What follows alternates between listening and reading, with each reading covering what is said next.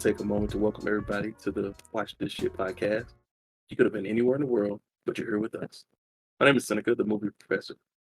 With this podcast, we're going to give you the definitive decision on whether you should go view a new movie release or not. It's real easy. If we say watch this shit, stop what you're doing and enjoy some good cinema.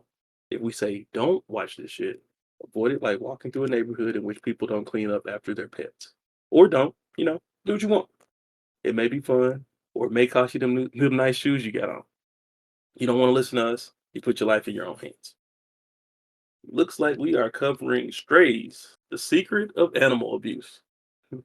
This movie right here, it was a chore watching the advanced screening of Strays. Typically, if a studio goes through the trouble of letting full audiences see a movie this early, they have confidence in it. At least some.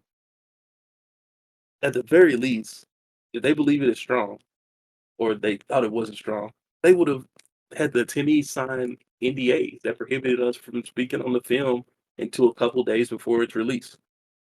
They showed us this bullshit movie and then said, okay, let's see what happens. This movie is going to get trashed. That's what's going to happen.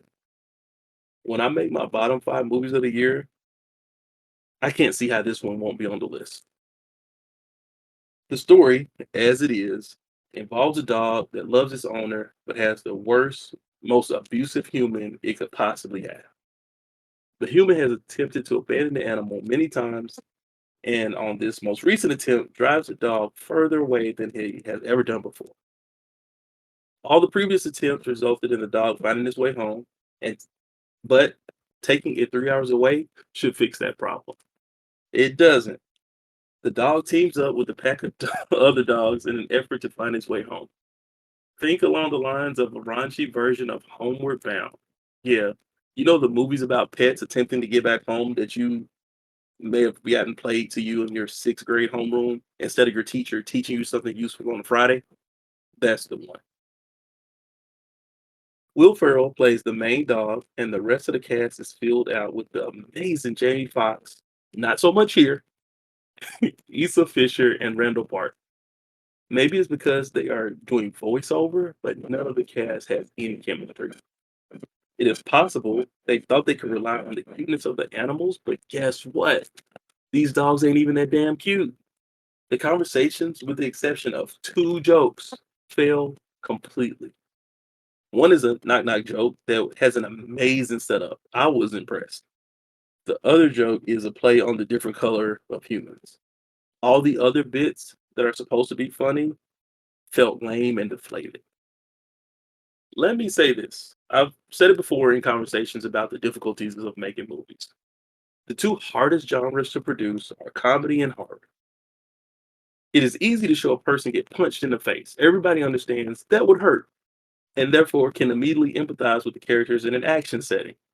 What makes someone laugh is based on people's subjective sensibilities. The same with what scares a person. So while someone may think this movie has more laughs than I did, I would like to talk to that person, have a conversation with them about their tastes. Who is this movie for? I really don't know.